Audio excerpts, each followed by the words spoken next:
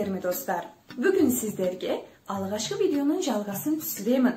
Bugünkü taqribimiz Türkçerce hal жағдай сұрасу, жасын сұрау және де керекті söz тіркестері.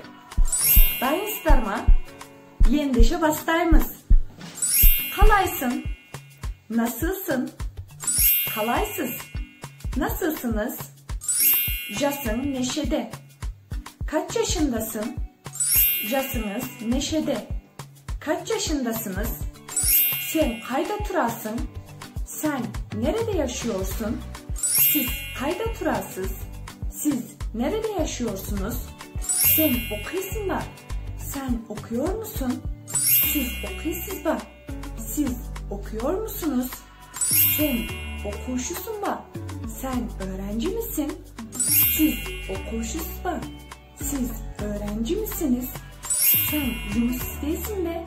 Sen çalışıyor musun? Siz жұмыс істейсіз бе? Siz çalışıyor musunuz?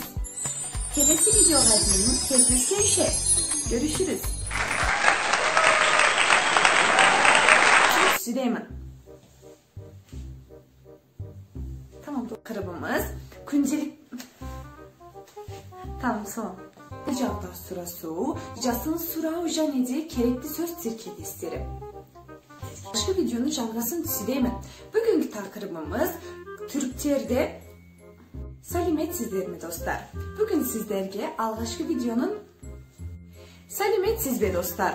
Bugün sizlerge alğaşkı videonun Salimetsizler mi dostlar? Bugün sizlerge alğaşkı videonun жалғасын түсіремін. Ama taqribimiz Türkçer'de hal жағдай kerekli söz tirkelesleri. Nasılsın? Жасыңыз neşede. Nerelisin? Salimetsizler mi dostlar? Bugün sizlerge alğaşkı videonun жалғасын түсіремін. Siz nerelisiniz? Taqribimiz kerek. Bir saniye, bir kapat şimdi. Ben bir ona göre şey yapayım. Ama şu an biraz bulanık. Ön kamerada daha iyi. Aslında eğri değil. Tamam, başla. Türkçerce hal жағдай сұрасу